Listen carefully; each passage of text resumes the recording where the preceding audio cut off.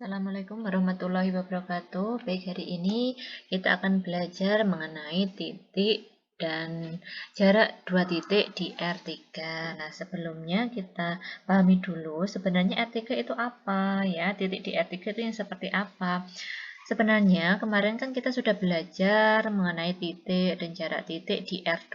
Di R2 itu maksudnya adalah di dimensi 2. Nah, kalau di R3 berarti di dimensi 3. Cirinya apa? Cirinya terdapat variabel X, variabel Y, dan variabel Z. Nah, di sini persamaan berderajat pertama dengan 3 variabel di R3 atau di dimensi 3 berarti nanti bentuknya adalah sebuah persamaan seperti ini ya. Kemudian terdapat variabel X, variabel Y, dan variabel Z. Kemudian A, B, C, D ini adalah sebuah konstanta, yaitu merupakan bilangan real dan tidak bersama-sama 0. Ya. Jadi ini tidak A, B, dan C ini tidak bersamaan nilainya 0, tapi bisa salah satu bernilai 0 bisa. Nah, sekarang titik dan jarak dua titik di R3 atau di dimensi 3. Nah, di sini dalam di dimensi 3, sumbu-sumbu koordinat pada sistem koordinat kartesius tegak lurus merupakan garis-garis yang saling tegak lurus. Sumbu-sumbunya dinamakan sumbu X, sumbu Y, dan sumbu Z. Nah, sebelumnya kita kan pelajari bahwa di dimensi 2 hanya ada sumbu X dan sumbu Y ya. Sumbu X di yang horizontal, sumbu Y, dan vertikal. Nah, ini kalau sumbunya ada 3, yaitu sumbu X, Y, Z, nanti bagaimana bentuknya? Nah, nanti akan kita lihat. Kemudian, sedangkan bidang datar yang ditentukan oleh sumbu-sumbu koordinat tersebut dinamakan bidang koordinat, yang dinamakan bidang XY, bidang YZ, dan bidang XZ. Nah, dalam sistem ini, koordinat suatu titik mempunyai 3 komponen yang dinyatakan oleh pasangan 3 berurutan, berbentuk X, Y, Z. Nah, di sini tergantung titiknya seperti apa. Misalkan titik 2, 3, dan 5 terletak 2 satuan dari bidang YZ ya.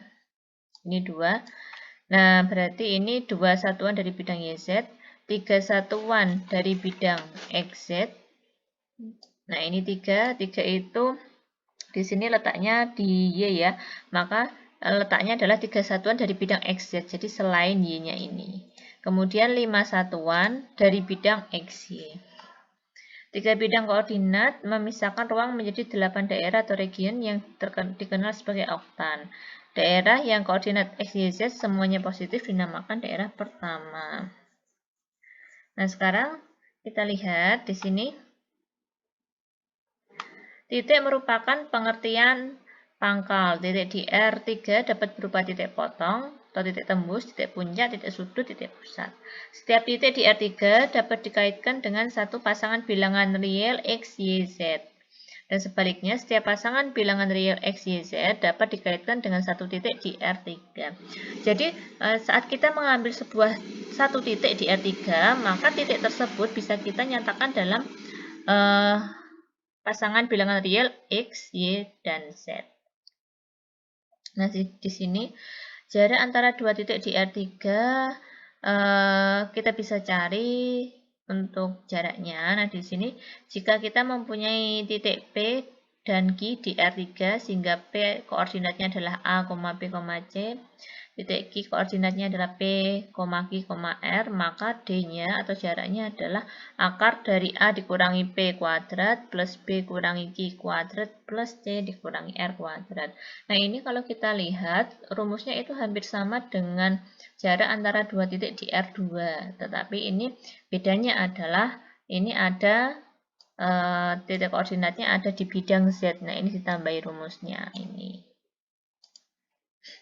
Sekarang contohnya, di sini kita punya titik A dan titik B. Titik A koordinatnya adalah 2, 3, dan 5. B-nya adalah 3, negatif 1, 2. Maka jika kita ingin mencari D-nya atau jarak antara A dan B, bisa kita masukkan ke rumus ini. Ya, A dikurangi B berarti 2 kurangi 3 kuadrat. Ya, 2-nya dari sini, 3-nya dari sini.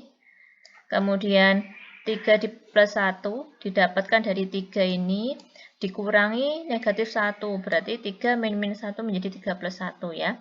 Ini 5 dikurangi 2 kuadrat. Nah, ini kita cari, kita kuadratkan sehingga hasilnya adalah angka 26 yaitu 5,1. Nah, sekarang untuk mempermudah kalian membayangkan mengenai dua titik ini, kita lihat gambar berikut. Nah, ini saya juga sertakan langkah-langkah menggunakan GeoGebra. Di sini bisa dilihat, ini adalah sebuah sistem koordinat di R3 ya. Jadi yang merah ini adalah X, sumbu X. Yang hijau ini adalah sumbu Y dan yang ke atas ini adalah sumbu Z. Kita masukkan 2,3,5 dan 3,-1,2 pada bagian input sehingga nanti bentuknya seperti ini. Ini titik B, ini titik A. Kemudian kita bisa cari, kita klik ya.